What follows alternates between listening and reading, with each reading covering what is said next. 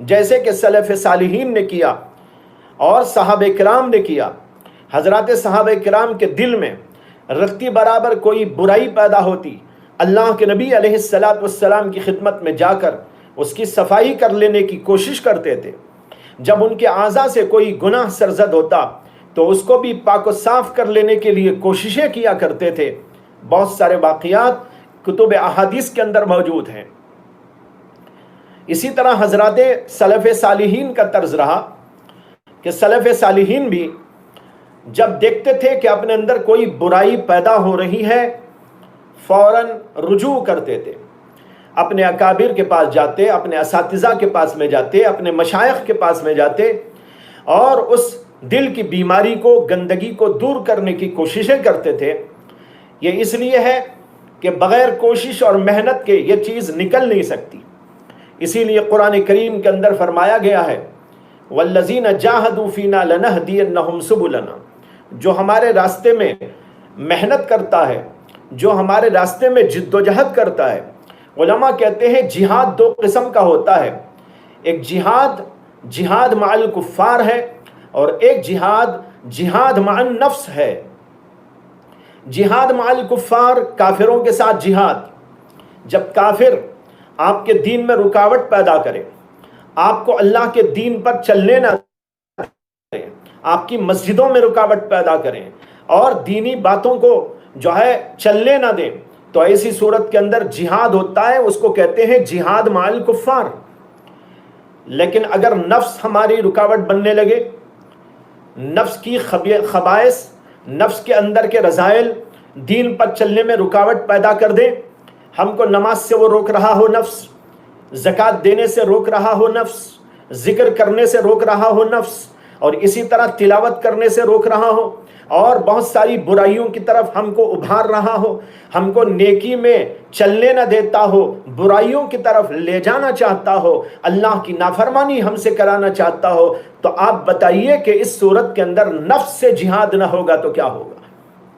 لہذا نفس سے جہاد کیا جائے گا اور اس کا مقابلہ کیا جائے گا، اس کو زیر کرنے کی کوشش کی جائے گی تاکہ نفس ہماری دینی چیز، ہمارے دینی امور میں رکاوٹ نہ پیدا کر سکے، وہ ہمیں نماز ٹھیک طور پر پڑھنے دے۔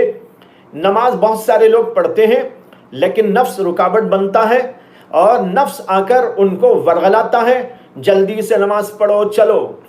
بہت سو کو تو نماز ہی کے لیے آمادہ نہیں کرتا، ان کو سلاتا رہتا ہے اور ان کے لیے رکاوٹیں پیدا کرتا ہے، ان کے دل کے اندر دلچسپی کے بجائے نماز سے بیزارگی پیدا کرتا ہے، اس لیے وہ لوگ نماز ہی نہیں پڑھتے۔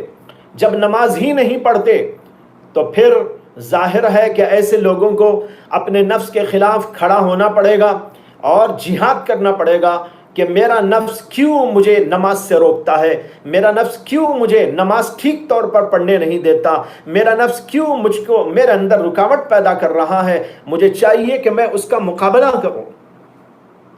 یہ ہے جہاد مع النفس۔ ایک حدیث میں جو بہت ضعیف حدیث ہے اگرچہ کہ لیکن معنی کے لحاظ سے صحیح ہے، وہ یہ ہے کہ اللہ کے نبی علیہ السلام ایک دفعہ جہاد سے واپسی کے موقع پر جہاد میں گئے تھے اور اس کے بعد واپسی ہوئی تو اللہ کے نبی علیہ السلام نے فرمایا تھا کہ ہم رجعنا من الجہاد الاصغر الى الجہاد الاکبر، ہم چھوٹے جہاد سے بڑے جہاد کی طرف لوٹ رہے ہیں۔ چھوٹا جہاد تو وہ ہوا جس میں ابھی جا کر آئے، اس کو چھوٹا جہاد فرمایا، اور نفس کی طرف اشارہ کرتے ہوئے فرمایا کہ یہ جہاد اکبر ہے۔ چھوٹے جہاد سے ہم لوگ بڑے جہاد کی طرف لوٹ کے آ رہے ہیں۔ اس کو بڑا جہاد کیوں کہا؟ اس لیے کہا کہ نفس کا مقابلہ آسان نہیں ہوتا۔ آدمی دوسروں کا مقابلہ کرنے تو تیار ہو جاتا ہے لیکن اپنے نفس کا مقابلہ کرنا اس کے لیے سب سے بڑی بات ہوتی ہے۔ اور پھر یہ ایسا دشمن ہے جو ہمارے پہلو میں بیٹھا ہوا ہے، جو ہر وقت ہمارے ساتھ میں رہتا ہے۔ جو دوسرے دشمن ہیں ہر وقت وہ ہمارے ساتھ نہیں رہتے، وہ ہمارے پاس نہیں رہتے، اس لیے ان کا مقابلہ آسان، لیکن یہ 24 کے 24 گھنٹے ہمارے ساتھ، ہم کھا رہے ہوں یہ ہمارے ساتھ، ہم پی رہے ہوں تو یہ ہمارے ساتھ، ہم سو رہے ہوں تب ہمارے یہ ساتھ، ہم کہیں جا رہے ہوں تب بھی یہ ہمارے ساتھ، ہر موقع پر ہمارے ساتھ رہنے والا یہ ایسا دشمن ہے، یہ مارے آستین، اس لیے اس کا مقابلہ کرنا بہت زیادہ سخت ہوتا ہے۔ جب سخت ہے تو اللہ کے نبی علیہ السلام نے اس کو جہاد اکبر سے تعبیر فرمایا۔ لیکن آج غور کریں کہ اللہ کی طرف چلنے والے لوگ، اللہ کا قرب پانے کی کوشش کرنے والے لوگ بے شمار ایسے موجود ہیں جو اللہ کے نیک بندوں کی مجلسوں میں جاتے ہیں، اولیاء اللہ کی باتوں کو سنتے ہیں، اسی طرح قرآن و حدیث پڑھتے ہیں، اور ان کے دل کے اندر جستجو بھی ہوتی ہے کہ ہم اللہ کا قرب پائیں، اللہ کی محبت پائیں، اللہ کی معرفت پائیں، لیکن اس کے باوجود بہت کم ایسے ہیں جو اس سلسلے میں محنت کرنے والے اور مجاہدہ کرنے والے۔ خواہش تو بہت ہے لیکن نفس کا مقابلہ کرنا نہیں چاہتے، نفس کو دبانا نہیں چاہتے، نفس کی خواہشات پر مکمل عمل ہے، نفس کی خواہشات پر چلتے رہتے ہیں۔ وہ کہتا ہے نماز نہ پڑھو تو نماز نہیں پڑھتے، وہ کہتا ہے سو جاؤ تو وہ سو جاتے ہیں، وہ کہتا ہے کہ فلاں گناہ کرو تو کر لیتے ہیں، وہ کہتا ہے کہ آنکھوں کو غلط استعمال کرو تو مزے سے کر لیتے ہیں، زبان جیسا چاہے استعمال کر لیتے ہیں۔ ان کا نفس کہتا ہے جھوٹ بولو تو جھوٹ بولتے ہیں، ان کا نفس کہتا ہے غیبت کرو تو غیبت کرتے ہیں، ان کا نفس کہتا ہے چغلی کھاؤ تو چغلی کھاتے ہیں، ان کا نفس کہتا ہے کہ بہتان ترازی کرو تو بہتان ترازی کرتے ہیں، سب کام کرتے ہیں۔ منازل کو طے کر لیں بھائیوں، اپنے اوپر رحم کرنے کی ضرورت ہے، مجھے بھی اپنے آپ پر رحم کرنے کی ضرورت ہے، آپ کو بھی، ہر ایک کو اپنے اوپر رحم کرنے کی ضرورت ہے کہ ہم کس قدر غفلت کے اندر پڑے ہوئے ہیں کہ ہماری خواہش تو ہے اللہ کا قرب پانا، لیکن ہماری حالت یہ ہے کہ ہم نفس کی چال بازیوں پر چلتے رہتے ہیں۔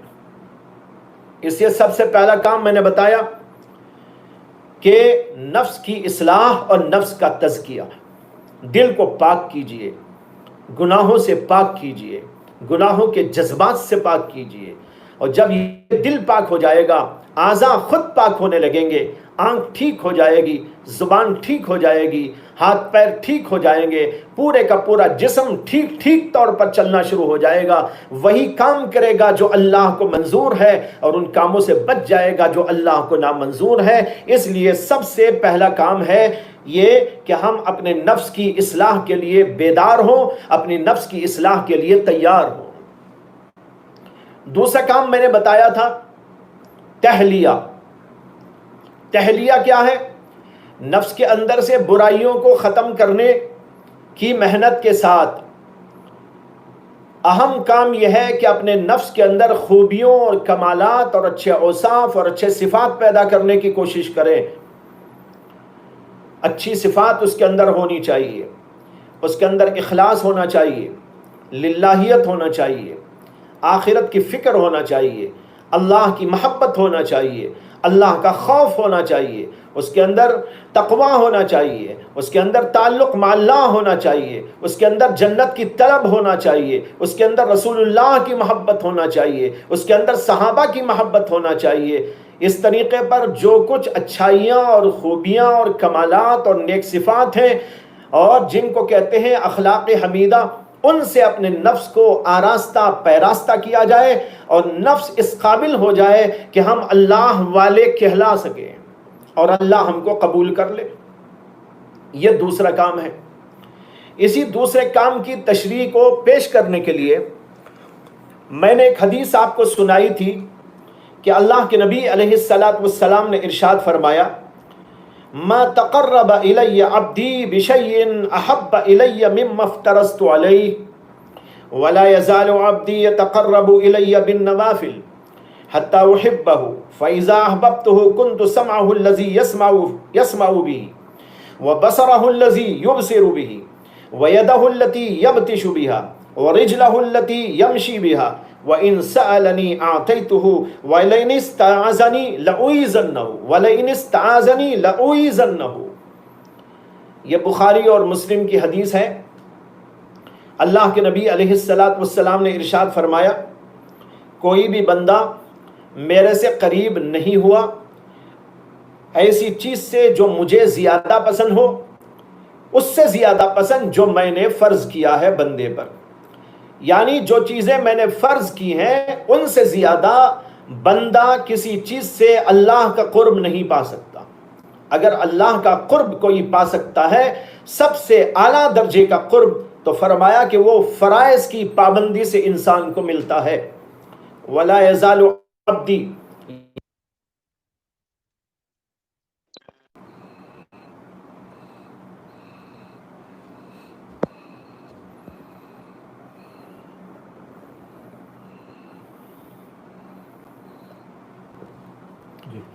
بہت سارے لوگ یہ سمجھتے ہیں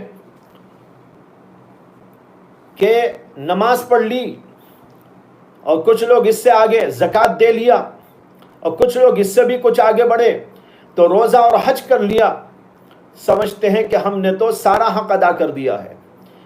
لیکن حقیقت ایسی نہیں ہے. ظاہری فرائض بھی ہیں، باطنی فرائض بھی ہیں، حقوق اللہ بھی ہیں اور حقوق العباد بھی ہیں. یہ سب کی سب چیزیں مل ملا کر اس حدیث کا مصداق ہیں جس کے اندر اللہ کے نبی علیہ السلام اللہ کی طرف سے نقل کر رہے ہیں. یہ حدیث قدسی ہے. فرمایا ما تقرب الی عبدی بشیء احب الی مما افترضت علیہ. جو چیزیں میں نے فرض کی ہیں اس سے زیادہ کوئی چیز ایسی نہیں جس سے کہ بندہ میرے سے قریب ہو سکے. سب سے زیادہ قریب ہوتا ہے تو فرائض کی ادائیگی سے ہوتا ہے. اب فرائض کی ادائیگی کیا ہے اس کو اچھی طرح سمجھنا ہے، اس کو سمجھاؤں گا اور پھر انشاءاللہ موقع ہوا تو اس حدیث کا اگلا مضمون سمجھایا جائے گا جس کو نوافل کے ذریعے قرب پانے کی بات یہاں پر فرمائی گئی ہے، جس کو کہتے ہیں حضرات صوفیہ اور علماء کرام قرب نوافل. آج بیان ہوگا قرب فرائض کا. قرب فرائض یعنی وہ اللہ کا قرب جو بندے کو فرائض کی ادائیگی پر ملا کرتا ہے. میں نے ابھی عرض کیا کہ فرائض دو قسم کے ہیں، ایک ظاہری فرائض اور ایک باطنی فرائض. پھر میں نے کہا کہ فرائض اور اعتبار سے بھی دو قسم کے ہیں. ایک وہ فرائض جن کا اللہ سے تعلق ہے ان کو حقوق العباد، حقوق اللہ کہا جاتا ہے، اور دوسرے وہ ہیں جن کا بندوں سے تعلق ہے اور ان کو حقوق العباد کہا جاتا ہے. یہ سب کی سب چیزیں اس کے اندر داخل ہو گئی. اب یہاں سارا مسئلہ صاف ہو گیا اور ان لوگوں کی غلط فہمی دور ہو گئی جو صرف نماز روزے تک اس کو محدود سمجھتے ہیں اور اس کے سب اس کی پابندی کرتی. نماز کو پڑھ لیا، حج پر حج بھی کر لیا، لیکن بہت سارے وہ حقوق ضائع کر دیے جو بندوں سے متعلق ہیں. اس آدمی کو اللہ کا قرب کیسے ملے گا؟ تو معلوم ہوا کہ ان سب چیزوں کو پابندی کے ساتھ ادا کرنے کا نام دراصل قرب فرائض ہے. جب بندہ ایک طرف اللہ کے حقوق کو ادا کرے اور دوسری طرف بندوں کے حقوق کو بھی ضائع ہونے نہ دے بلکہ تمام بندوں کے حقوق کو بھی پابندی کے ساتھ میں ادا کرے، تب جا کر یہ مقام حاصل ہوتا ہے جس کو اس حدیث کے اندر بتایا گیا ہے، سمجھایا گیا ہے کہ قرب فرائض نصیب ہوتا ہے. میں نے عرض کیا ابھی آپ کے سامنے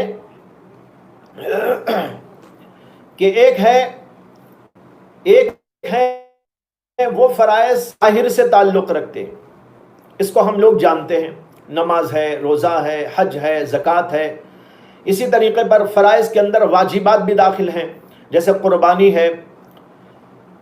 یہ عبادات کی قبیل کی چیزیں ہیں. عبادات کے علاوہ کچھ دل سے تعلق رکھنے والی چیزیں ہیں، جیسے میں نے گزشتہ بھی عرض کیا تھا اخلاص ہے. اخلاص فرض کے درجے کی چیز ہے. اگر اخلاص نہ رہا تو بندے کی نماز ہی قبول نہیں ہوتی. تو معلوم ہوا کہ بندے کی نماز قبول ہونے کی شرط ہے کہ اس کے اندر اخلاص ہو، للہیت ہو.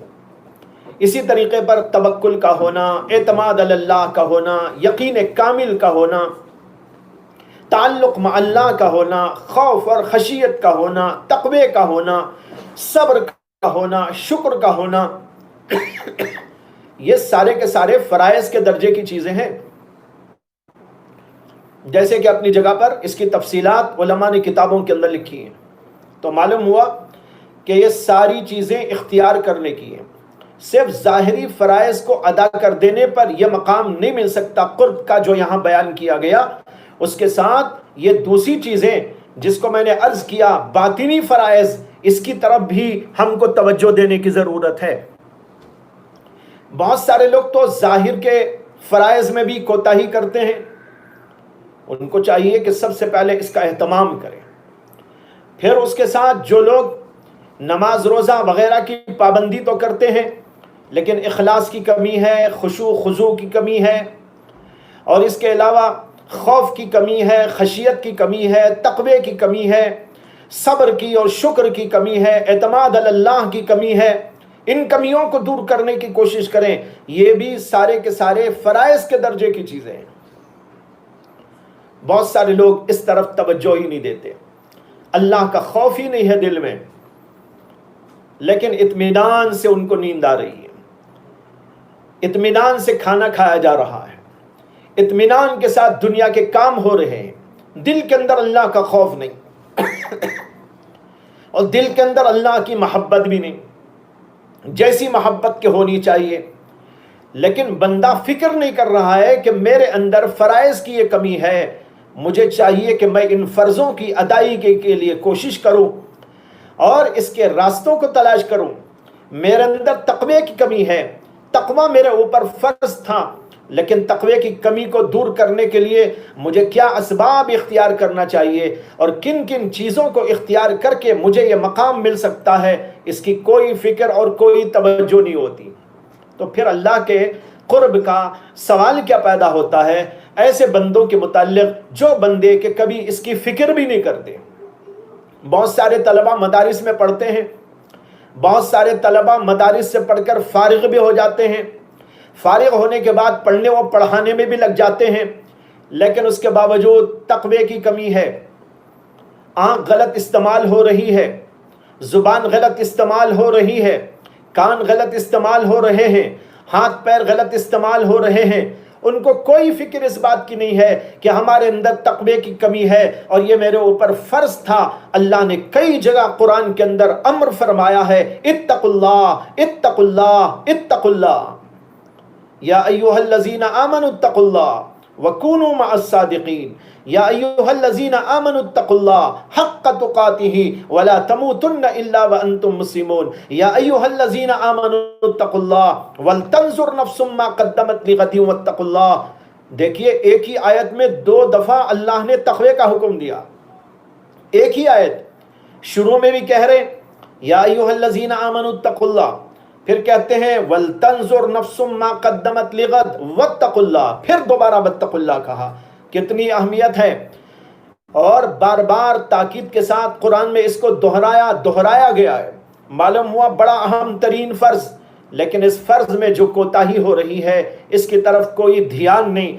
یہ بھی ہمارے اوپر فرض تھا لیکن اس فرض کو ہم نے حاصل نہیں کیا. تو یہ درجہ تقرب اللہ کیسے حاصل ہو سکتا ہے؟ صرف نماز پڑھ لینے سے، یا صرف زکوٰۃ دے لینے سے، یا صرف روزہ رکھ لینے سے، یا اور کچھ عبادات کے انجام دے لینے سے. یعنی ظاہری عبادات تو انجام دے لی، لیکن جو باطنی فرائض تھے اور باطنی عبادات تھی ان کی طرف ہماری توجہ نہ ہوئی اور اس کو حاصل کرنے کی فکر نہ ہوئی. یہ 2 چیزیں ہوئی. اور پھر میں نے بتایا تھا ایک ہے حقوق اللہ اور ایک ہے حقوق العباد. یہ بھی فرض. حقوق اسی چیز کو کہتے ہیں جو فرض ہو، جو فرض نہ ہو وہ حق نہیں ہوا کرتا. حق اسی کو کہتے ہیں جو کسی کے لیے ضروری ہو، کسی کے لیے ضروری طور پر ثابت. جو چیز اللہ کے لیے ضروری طور پر انجام دینا ہے اس کا نام ہے حقوق اللہ. اور جو چیزیں بندوں سے متعلق ہمارے اوپر ضروری قرار دے دی گئی ہیں ان کا نام رکھا گیا ہے حقوق العباد. یہ بھی فرض درجے کی چیزیں ہیں. لہٰذا ان دونوں قسم کی چیزوں کو پابندی کے ساتھ ادا کرنے کی فکر کرنے پر قرب فرائض کا درجہ ملے گا. میں نے ابھی کہا آپ کے سامنے اللہ کے حقوق کے ساتھ بندوں کے حقوق کو بھی پورے طور پر ادا کرنا ضروری.